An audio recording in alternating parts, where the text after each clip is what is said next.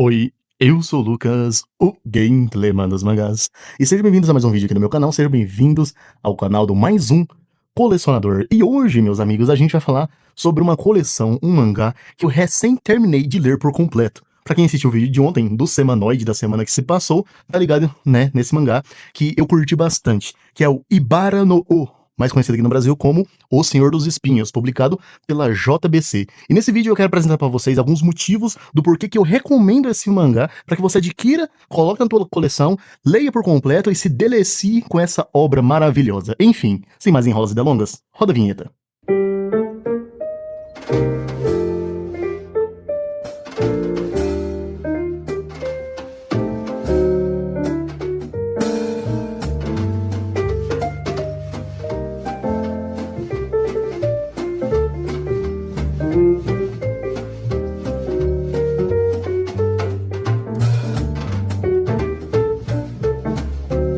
Tá aqui, turma, a minha coleção completa de Ibara no O, ou King of Thorns, né, também é o nome do anime, e Senhor dos Espinhos, publicado aqui no Brasil pela editora JBC. Tá completo em 6 edições, 6 voluminhos, é um mangá do Yuji Iwahara, e esse mangá aqui, ele é sensacional, é brilhante, tá, a história, eu acho bem legal, eu acho bem gostosinho de ler, é um mangazinho curto, e eu quero apresentar pra vocês, ao longo desse vídeo, da mesma modo que eu vou mostrar pra vocês as capas, as imagens, né, a arte em si, alguns motivos que me levam a recomendar esse mangá aqui pra você. Então, sem enrolas e delongas, vou fazer um videozinho aqui bem rápido e bem breve pra vocês, recomendando esse mangá aqui que tá completo. Bora lá! Meu amigo, se você tá pensando em dar uma chance pra Ibara no O, King of Thorns, O Senhor dos Espinhos da JBC, tem vários motivos bem interessantes que fazem essa obra valer a pena, valer a leitura. Especialmente se você gosta, assim como eu, de histórias um pouco mais intensas, cheias de mistérios, com aquele clima psicológico, que te deixa pensando mesmo depois de fechar o volume, mesmo depois de terminar a obra. Cara, hoje eu vou te apresentar 10 pontos que eu, particularmente, poderia te recomendar, 10 motivos para que você conheça e dê uma chance para Ibara no O Senhor dos Espinhos da JBC. Bora lá! O primeiro motivo seria a premissa, que no meu ponto de vista é uma premissa extremamente intrigante, pois ela mistura muito elementos de sobrevivência com sci-fi, ficção científica.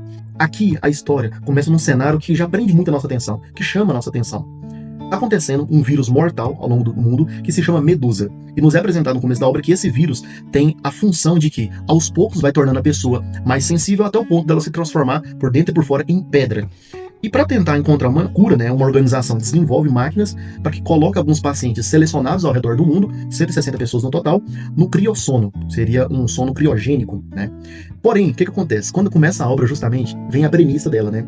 Que quando as pessoas acabam de acordar do criossono, eles percebem que o mundo está completamente diferente do que eles tinham deixado, né, no passado, né? O mundo em que as pessoas estavam normais, tudo tranquilo, né, fora esse vírus. E ele tá tomado por criaturas monstruosas e misteriosas. E aí você tem, né, o que me chama a atenção, alguns elementos, 4 no total, que mistura muito e cria uma narrativa muito interessante. Eu diria que o primeiro seria esse espírito, né, essa premissa de sobrevivência dentro do ambiente hostil, um mistério científico também, porque é respondido ao longo da trama o que é esse vírus Medusa, como que ele atua diretamente no nosso corpo, o que são esses monstros. Então você tem esse mistério científico que é respondido dentro da obra. Você tem um suspense constante, que seria esse terceiro ponto, né, dessa premissa, um suspense constante de que em qualquer situação, qualquer pessoa pode divá-la de fato. E você tem, por último, o que me chama mais atenção, um terror biológico, na qual você tem criaturas que muitas das vezes são mesclas de criaturas normais com coisas tiradas quase que de mitos de Cthulhu. E esse terror biológico, junto com esse suspense constante, junto com esse mistério científico e essa sobrevivência no ambiente hostil, cria essa premissa, que no meu ponto de vista, cria essa narrativa de tensão quase que permanente, do começo até o fim da obra. É o primeiro motivo. O segundo motivo seria o mistério, que realmente ele recompensa o leitor. A história, ela não se importa em entregar pra gente respostas fáceis e mastigadas, pelo contrário. A trama, ela vai soltando pistas aos poucos, existem algumas reviravoltas que são muito importantes para a narrativa da história, e o final, ele muda completamente a sua percepção do que você leu no começo da obra. É o tipo de obra que te faz pensar, espera, então era isso desde o começo? Então se você gosta de histórias com essas camadas narrativas, podemos dizer assim, esse mangá ele é um prato cheio. O terceiro motivo seria a atmosfera, que no meu ponto de vista é uma atmosfera um tanto quanto sombria e psicológica, muito bem construída ao longo desses 6 volumes. O clima da obra, ela lembra bastante algumas outras obras, alguns outros mangás, que tem como tema principal sobrevivência em grupo sob pressão, o que eu acho muito interessante, me lembra de uma série que eu gosto muito, que é Lost, apesar do final. Tem aquela questão também da desconfiança entre os personagens, que criam intrigas. Então lembra muito também Lost. Tem essa sensação constante de perigo, de que em qualquer passo em falso alguém pode morrer. Também tem alguns questionamentos sobre a humanidade e sobre a própria identidade. E, cara, isso me chama muita atenção. Os personagens são interessantes. Então, existe um componente psicológico nessa obra que é bem forte. E não é só ação ou terror visual.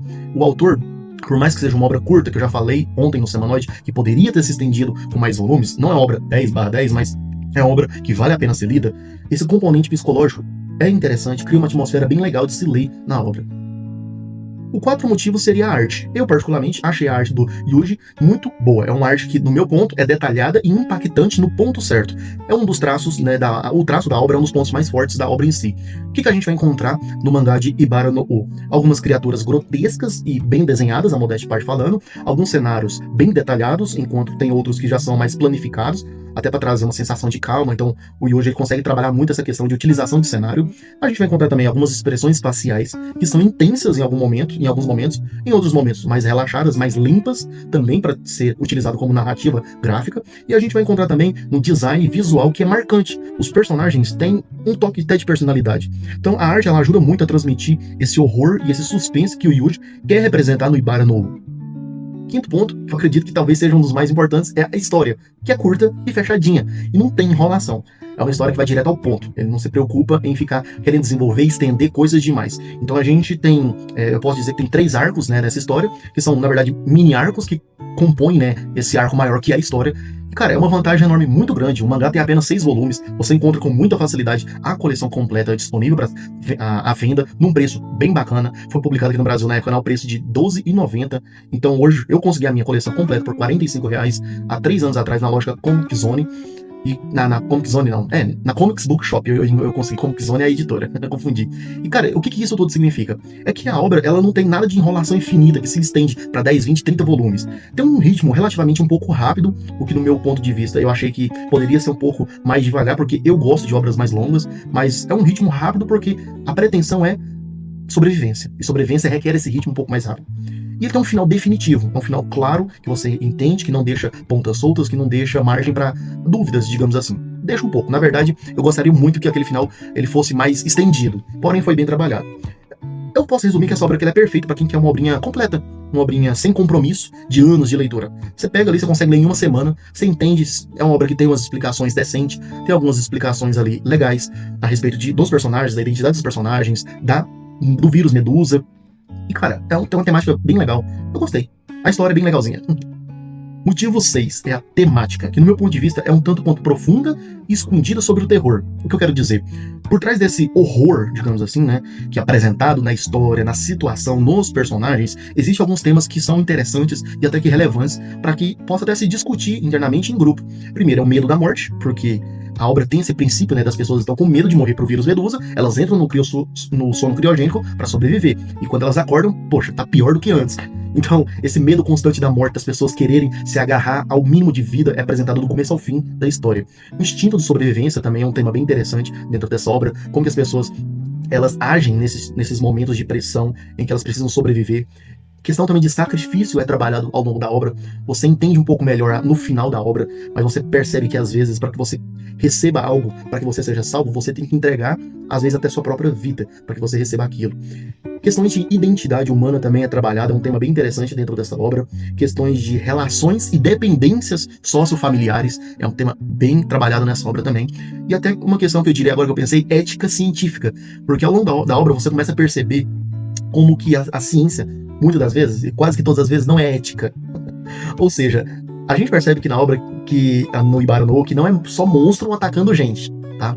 Principalmente é gente atacando gente. Então, é uma obra que trabalha muito bem essas temáticas, esses temas que eu disse pra vocês. Sétimo motivo são as reviravoltas. E que muitas das vezes elas dividem opiniões nos fóruns do Reddit que eu entrei. E isso é bom, no meu ponto de vista é bom, opinião, se divergir dentro de reviravoltas. O final do Ibara no, ele é muito conhecido por ser um tanto quanto surpreendente. Tem um anime, então acaba que essa obra conseguiu se expandir um pouco mais. Mas é unânime, que é muito surpreendente o final da obra. Ele é diferente do esperado, então ele não atende àquelas expectativas que a gente cria no começo, de forma clara, ele atende de forma diferente, ele segue caminhos diferentes para atender às expectativas do leitor. e ele é polêmico em vários pontos para alguns leitores. Mas tudo isso, né, é questão de qualidade. No meu ponto de vista, eu acredito que isso tudo demonstra que a obra tem um significado, que ela quer se arriscar.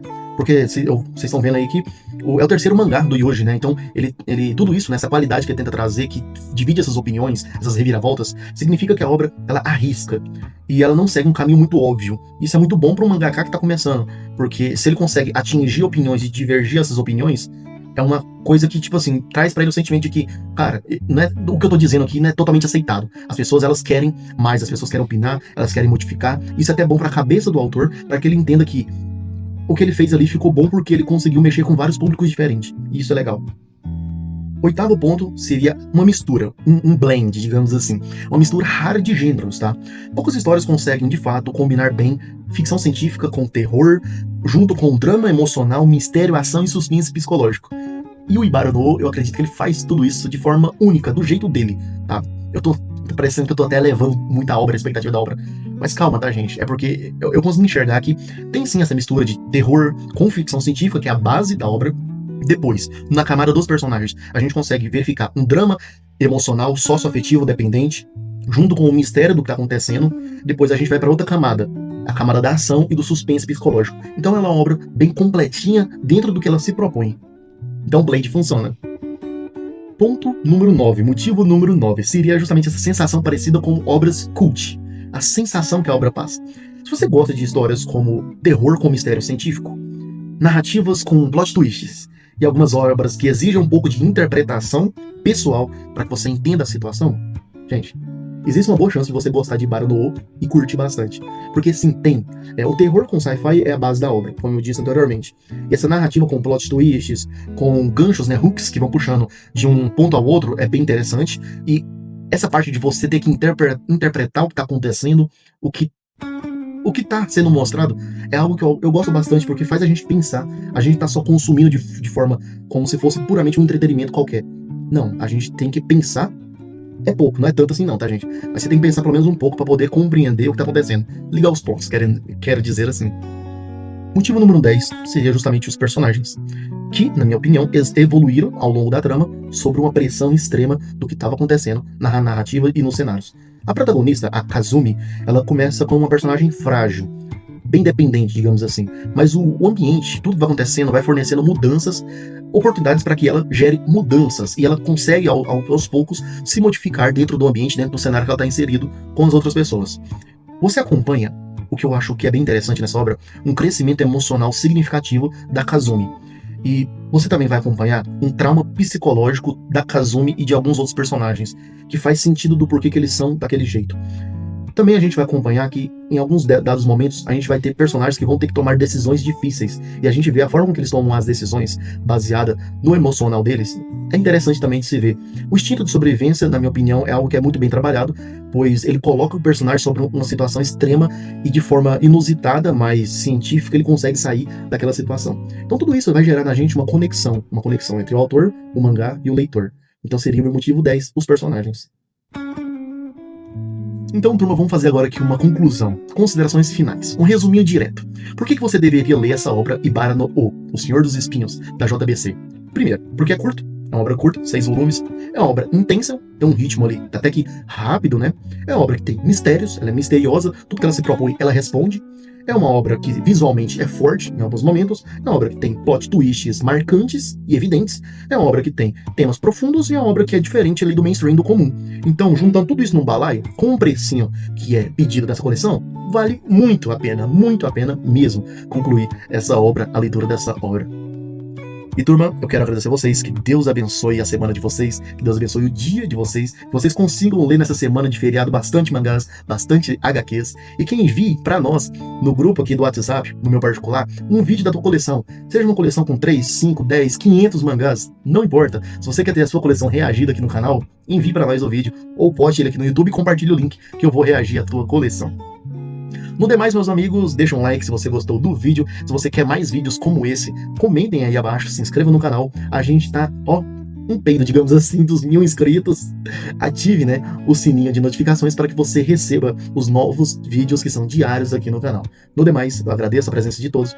Um beijão no coração e até mais. Tchau.